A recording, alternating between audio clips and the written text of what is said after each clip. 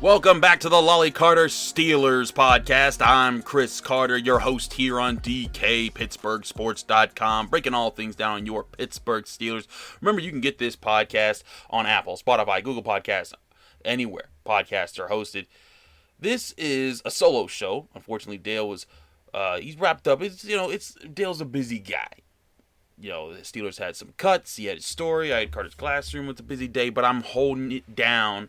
Just like sometimes Dale has had to hold it down for me whenever I'm unavailable. But we're looking here, and the Steelers announced a wave of cuts on Tuesday, and chief among those cuts was Antoine Brooks Jr. Now, of course, everyone knows the biggest reason for this was because he has been injured. He was looking really solid in the first couple weeks of camp, as Dale and I kept you up to date with right here on this podcast.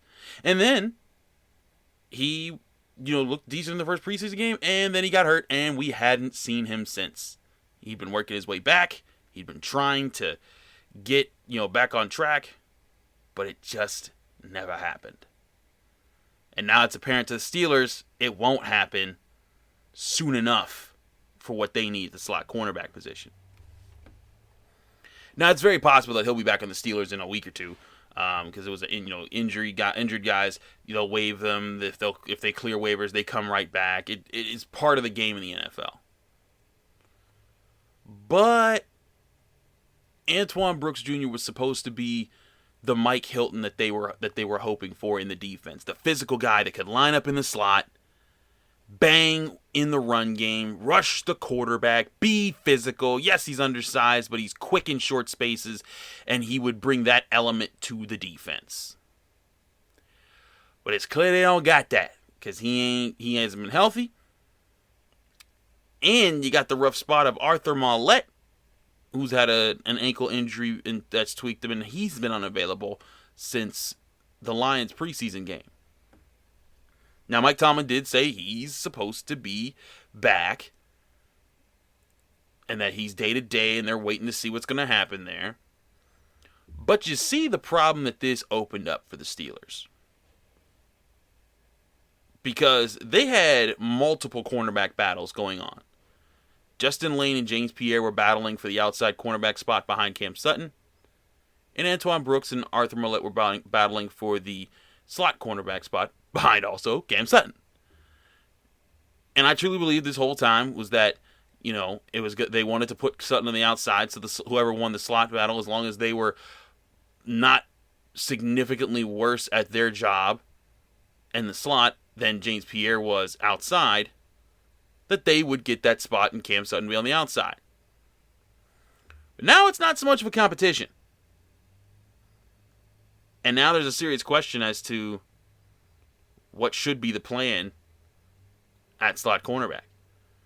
Now, for the majority of the Lions game, you saw Cam Sutton lining up inside, and he looked fine. That was Cam Sutton. That's what he does. Joe Hayden even said it on Monday at Steelers practice. He was talking about how, that's who Cam's been. He's always been a smart guy that communicates, is versatile. We depend on that versatility.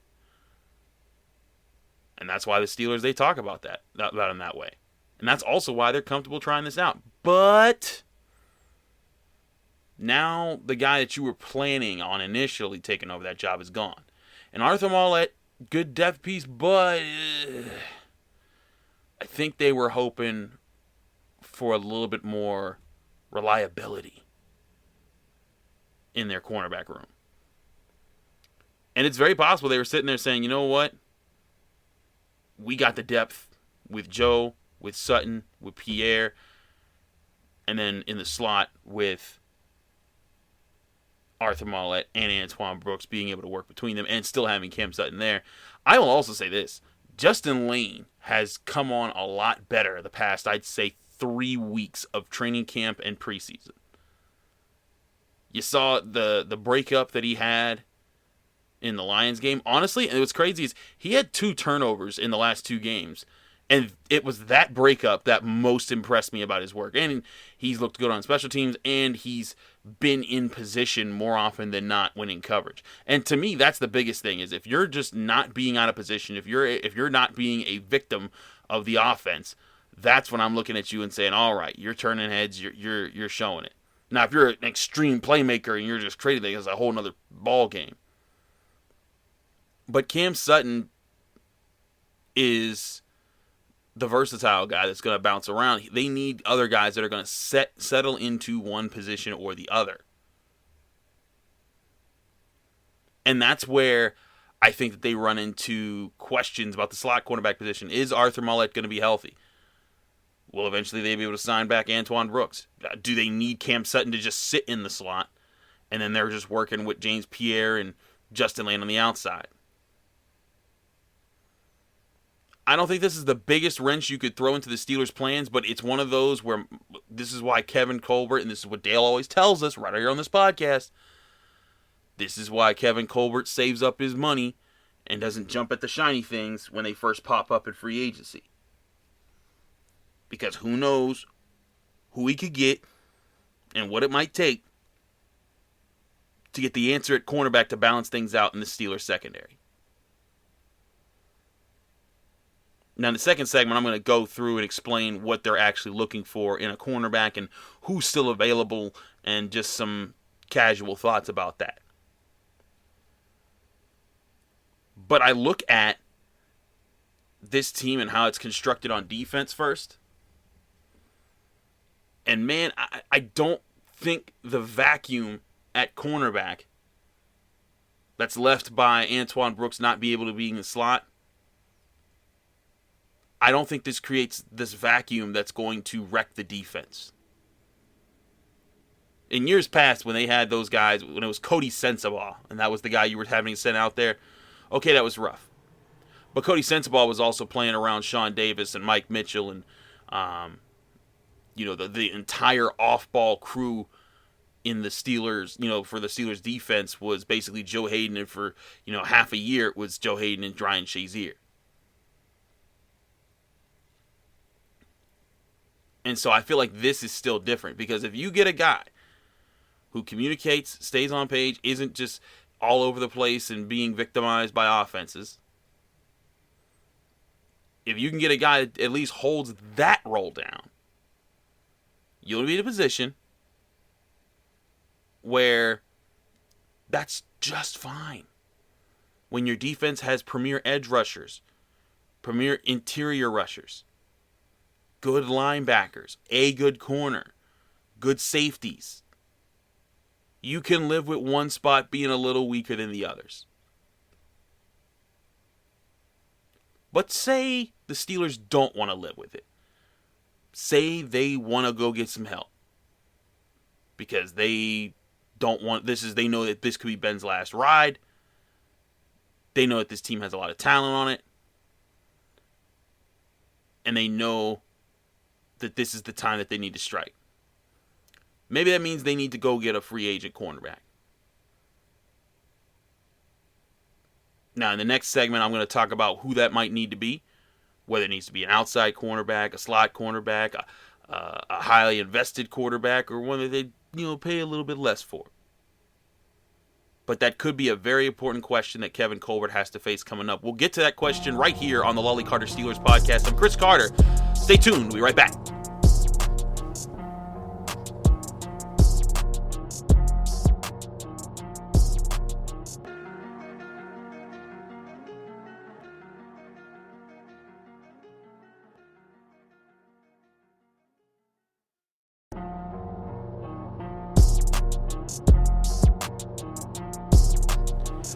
Back here on the Lolly Carter Steelers podcast here on DKPittsburghSports.com. I'm your host, Chris Carter, keeping it going. Again, I'm doing this solo. We hopefully get Dale back soon right here on the show.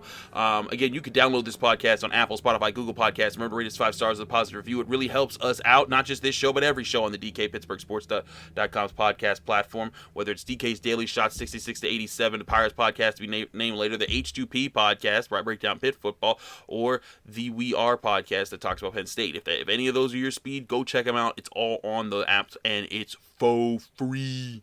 So, you want to check all that out. My latest Carter's Classroom is up this Wednesday. It's on the offensive line and the run game and run blocking. And it's not what you think.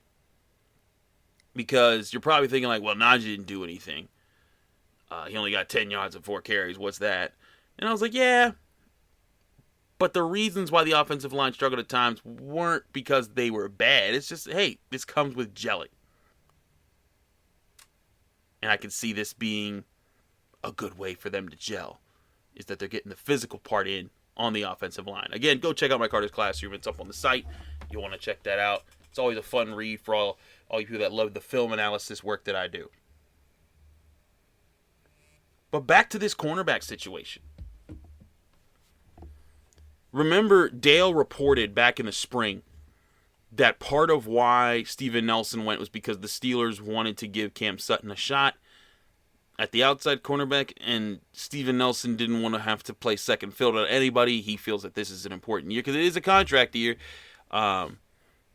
this year coming up, and it's going to be a lot of money on the table for free agents. So I totally get Steven Nelson if that was what happened there. I know that he questioned Dale, and there was some back and forth, but bottom line is the Steelers made sure they paid Cam Sutton.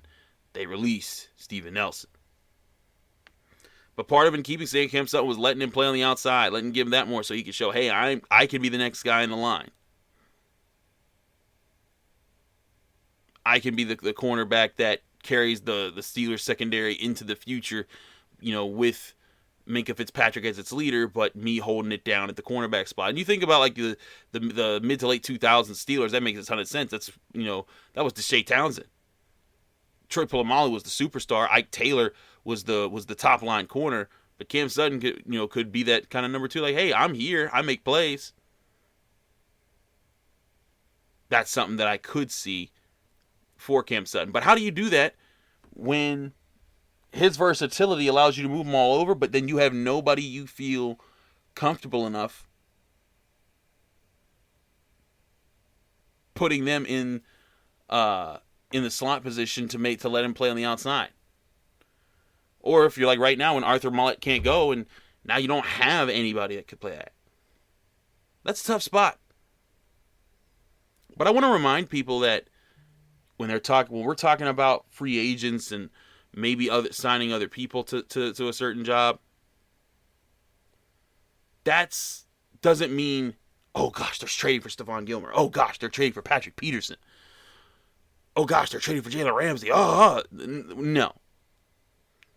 The Steelers are going to look for sensible options for veterans who could come in, play the job well, and open up opportunities for them.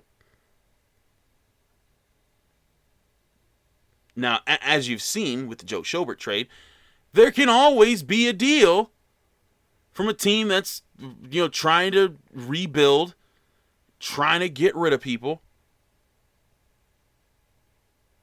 and they're like, okay, we'll give you this veteran player for X, Y, and Z. It happens. It's how they got Joe Schobert. It's how they got Minkah Fitzpatrick. So that option is still on the table for Kevin Colbert, and I don't anticipate him letting that go. But let's look through just remaining free agents. I'm not going to speculate because then if we start talking about which teams might give up give up a corner and they get back draft capital or something the Steelers were willing to exchange for, we don't know. I'm not going to speculate because there's way too many teams that could be. But we do know who is a free agent right now. So here's a list of free agent cornerbacks that are out there. And none of these names are going to come off like, oh, yeah, Pro Bowler. Oh, yeah, that's the guy. Now, so you might remember some of these names. But they're not going to be names that you're thinking of recently are flattering.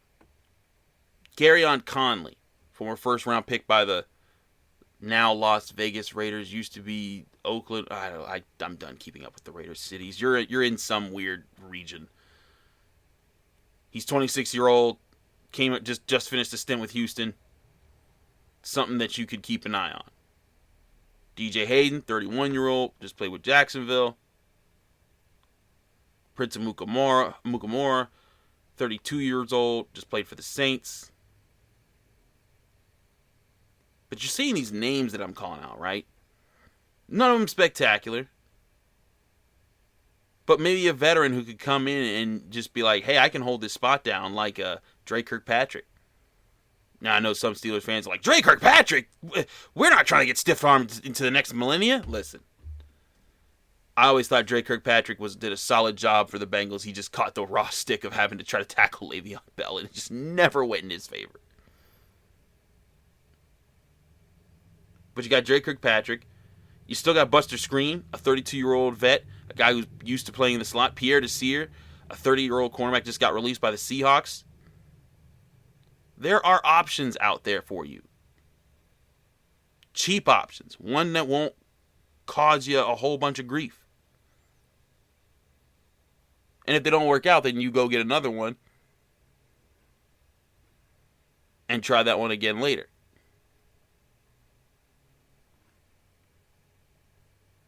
But when you cross that bridge, that's when you deal with that situation. The point is, right now, the Steelers, I would expect very likely to be in the market for a small-time cornerback. Not no superstar, not no paying this guy the max. The max. There's my basketball talk kicking in. Woof. You know, not emptying your bankroll on it. That's not what we're talking about. We're talking about getting solid veterans like Arthur Maulet, who it's like, hey, do you fit this role? Good, great, play that role. We're going to stick to that. That's what the Steelers need right now. Is they need a veteran guy to be able to plug in to keep everything moving in the right order. And again, allow Cam Sutton to be his versatile self. Because if you're worried about one position severely over the other, then he's going to have to limit where he's at to the one spot. And then, again, where he lines up, that's all part of the strategy to confuse defenses. Or confuse offenses, excuse me.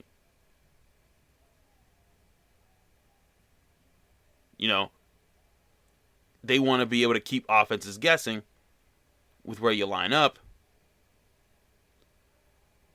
because that's how you can catch them off guard, get them to force some errors, force some bad throws,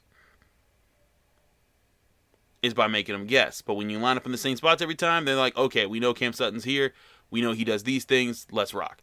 But when you got to move around, different story. That's why I'm saying the Steelers, not before they get the TJ Watt deal done, I'm not saying all that, but the Steelers need to make sure it is a priority moving forward that they're finding another option in the cornerback room, because they need help. Antoine Brooks Jr. is, he still has a chance to come back, but him being gone, Arthur Maulet being hurt, they need flexibility. We'll see how that flexibility goes at the end of this week when they take on the Carolina Panthers on Friday. Dale Lally will be there covering the game, so check out his work there.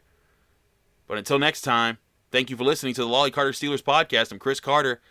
Follow me on Twitter and Instagram at Carter Critiques. Keep checking out the show and other episodes that we do on the DKPittsburghSports.com podcast platform, or on Apple, Spotify, Google Podcast, anywhere podcasts are hosted. Remember, rate us 5 stars with a positive review. It helps out the entire network. Thanks again for listening to our show. Stay tuned. We got a lot more great content coming your way right here on DKPittsburghSports.com.